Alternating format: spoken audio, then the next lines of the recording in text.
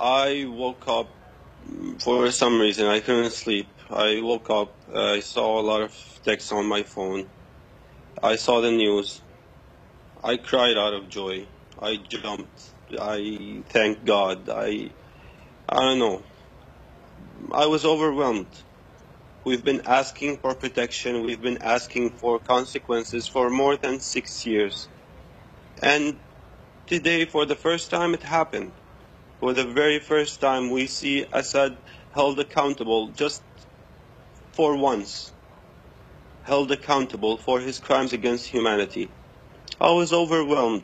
I felt grateful for President Trump. I felt grateful for the United States. I felt grateful for each and every person who lobbied and called and kept on talking until someone actually listened. There are people in America, and I hear you supportive of President Trump, and so many people are, Democrats and Republicans, but there are also people over here in America who are saying, all right, so clearly President Trump is motivated by just, as we all have compassion for these just horrible images of these babies who were killed, but at the same time, this is a man who doesn't want Syrians to come into this country with this refugee ban. I want to just play some sound.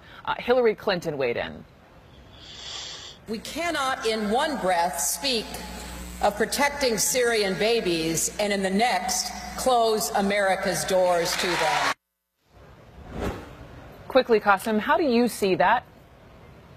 With all due respect, I didn't see each and every person who was demonstrating after the travel ban. I didn't see you 3 days ago when people were gassed to death, when civilians were gassed to death. I didn't see you in 2013 when 1,400 people were gassed to death.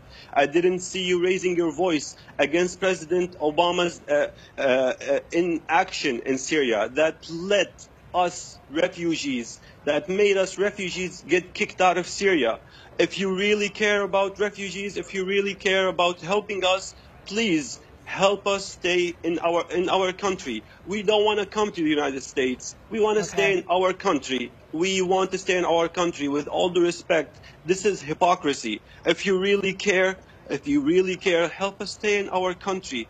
We don't want to become refugees. We want to stay in our country. Help us establish safe zones. Help us stay safe in our country. And if you just give me a few seconds just to tell President Trump once again, please, sir, what you did was amazing. What you did was a powerful message of hope for a lot of people inside and outside of Syria. Please don't stop on this. Please help Syrians stay in their country. Please establish safe zones. Please take out Assad air forces so they won't be able to commit more atrocities using traditional weapons. 500,000 people were killed with traditional weapons, just so people can know what we have suffered in the past 6 years.